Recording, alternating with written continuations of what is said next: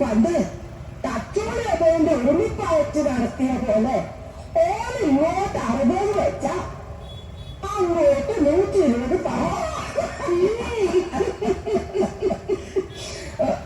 പണം കൊണ്ടുള്ള വഴക്ക് ഒത്തിപ്പള്ളിയിലന്ന് നമ്മൾ പോയിരുന്ന കാലം കണ്ണി മാത്ത്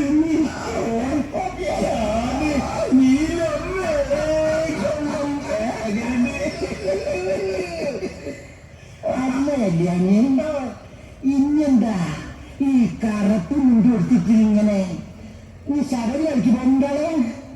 മുണ്ടില്ലേ ചെക്കൻ കഴിഞ്ഞ കൊല്ലം ശബരിമലയ്ക്ക് പോയപ്പോ എടുത്ത കറുത്ത മുണ്ട കുഞ്ഞിട്ടുണ്ടായേ എന്തായാലും ഇപ്പൊ കുഞ്ഞുമോളെ മുണ്ട് ഉടുത്തിട്ടില്ലെങ്കിലും കറുത്ത തുണി ഉടുത്തിട്ട് നടക്കല്ലേ?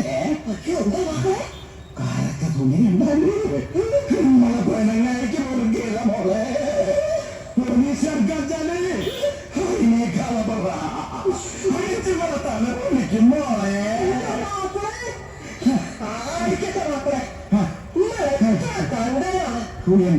ശരിയായി എന്റെ അമ്മ അതിരിക്കട്ടെ.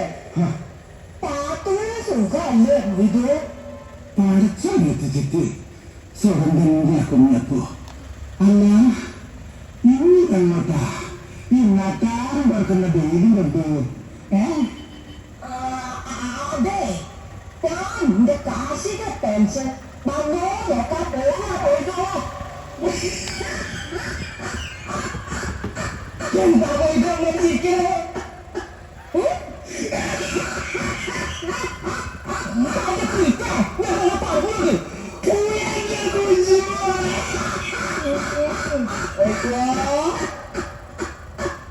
ഞങ്ങൾക്ക് പോകണ്ടാവുന്നു മോളെ. ഞാൻ പറഞ്ഞ ആടല്ലേ ആടെ പൂച്ച വെച്ച് കിടക്കുക. അല്ലാതെ ഇതെന്താ മോളെ കഥ?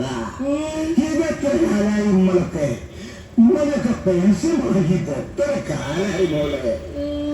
ഈ കുരിപ്പുണ്ടായി കാണിക്കുന്നേ. പിന്നെ നമുക്ക് മാത്രമല്ലോ സകല മത്സരം മുടങ്ങി കിടക്കുക. കേൾക്കാർക്കില്ല, KSRTCക്കില്ല, ഒറ്റയൊന്നും പെൻഷൻ കിട്ടുന്നില്ല. അതെ കേന്ദ്രം കടം വാങ്ങാൻ സമ്മതിക്കാത്തത് കൊണ്ടാന്നാ പറയണേ. അല്ല നമ്മളെ കയ്യേ കടം വാങ്ങിട്ട് കുടുംബം നടത്തിയിട്ട് ഇല്ലം മുറിഞ്ഞ നമ്മളെ ഇരാഞ്ചേരിയിലൊക്കെ തമ്പുരാനെ പോലെ ഉമ്മക്ക് എന്തിനാ മോളെ ഒരു മുഖ്യേ? ഉമ്മയൊക്കെ തല പണയം വെച്ചിട്ട് ഇവര് വേണം നമ്മള് ഭരിക്കാൻ. അതിന് കൊറേ മന്ത്രിമാരും ഓർക്ക് കൊറേ വകുപ്പും.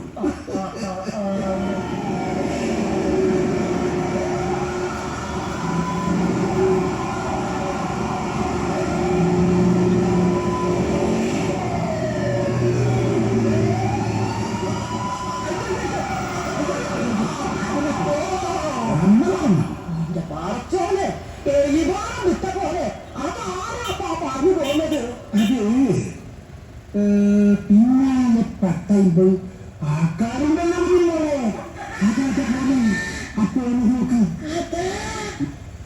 അത് നമ്മുടെ മുഖ്യനാ.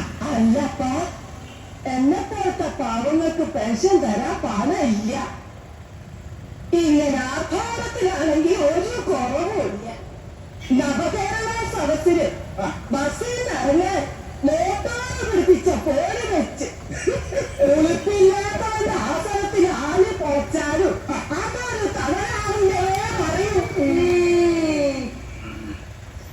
അല്ലതോ അതെടുത്തേക്ക് നമ്മളെ മുഖ്യമന്ത്രി പോകുന്നത്. ഇന്നെന്താ ഉദ്ഘാടനത്തിന് നമ്മളെ പ്രധാനമന്ത്രിയും വരുന്നുണ്ടല്ലോ. മൂപ്പരക്കാനുള്ള പകച്ചില. ഓനെന്താ സ്വകാര്യം പറഞ്ഞത് നോക്കാം.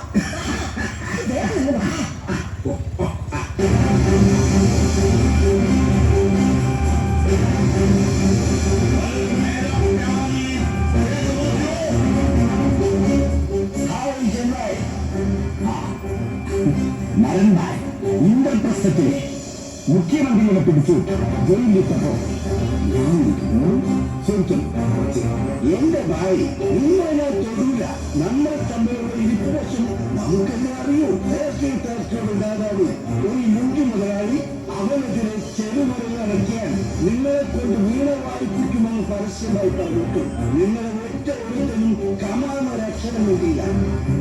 കൂടമായി ഓന്റെ കൂടെയാ കാലമിട്ടോ പണ്ടാരക്കാലന്റെ അടുത്ത് എന്ന് കൂട്ടാനുള്ള സർക്കാരിന്റെ തെളിവുണ്ട്.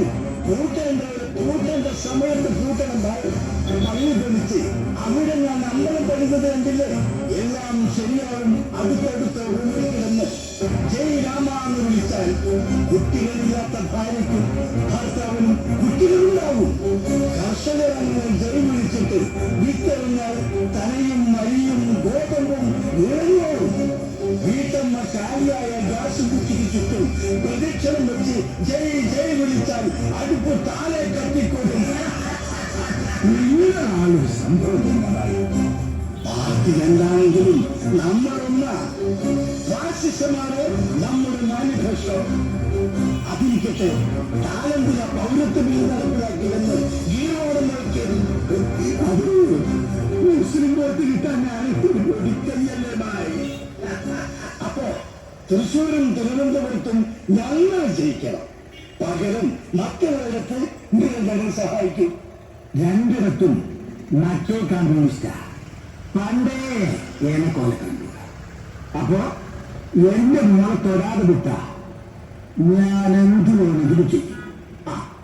എന്നാ പിടി.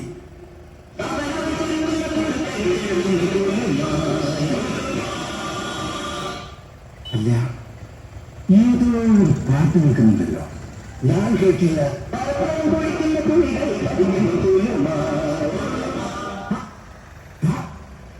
വീണ്ടും പാട്ട്.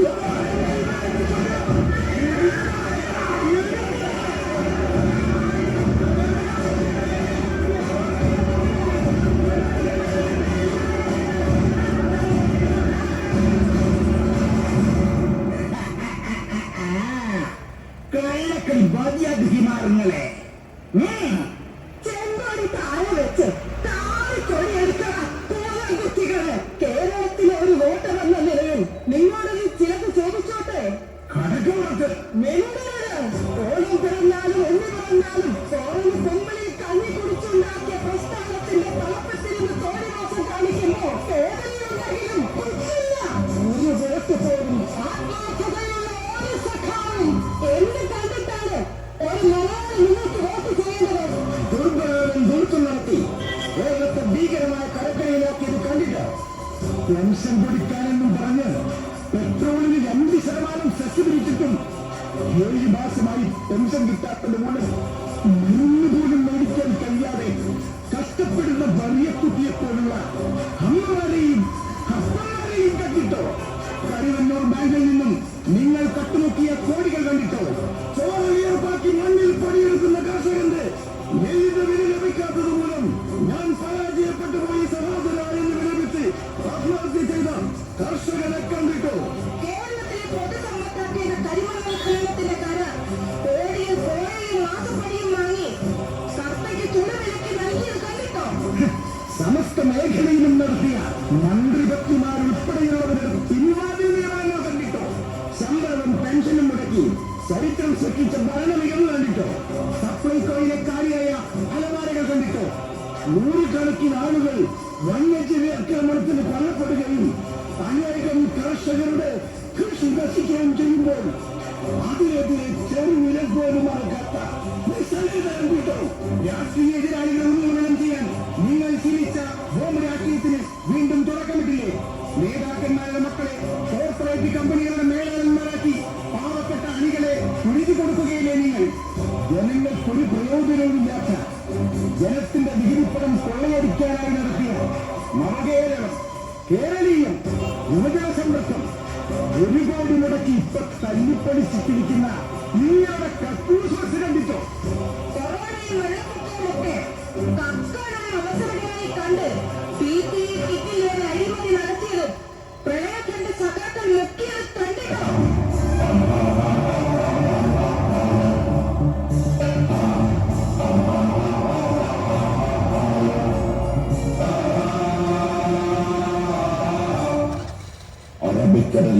തിരമാലകൾ ആത്തിരമ്പുന്ന ശബ്ദമല്ല നിങ്ങൾ കേൾക്കുന്നത്.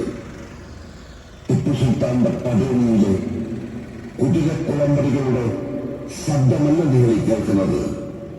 ബൗദ്ധന്റെ ഇന്ത്യയിൽ റോമ ഇതിഹാസത്തിലെ ഫിലിക്സ് ബക്ഷിയെ പോലെ ഇന്ത്യൻ ജനാധിപത്യം സംരക്ഷിക്കാൻ പിറന്നു വീണ ഇന്ത്യൻ നാഷണൽ കോൺഗ്രസിന്റെ പുലിക്കുട്ടി UDFന്റെ RNAയുടെ കരുത്തരായ സ്ഥാനാർത്ഥി ഷാഫി പറമ്പലിന് കൈപ്പറ്റിയ അടയാളത്തിൽ വോട്ട് രേഖപ്പെടുത്തി വൻപിച്ച ഭൂരിപക്ഷത്തോടെ വിജയിപ്പിക്കണമെന്ന് വിനീതമായി അഭ്യർത്ഥിക്കുന്നു.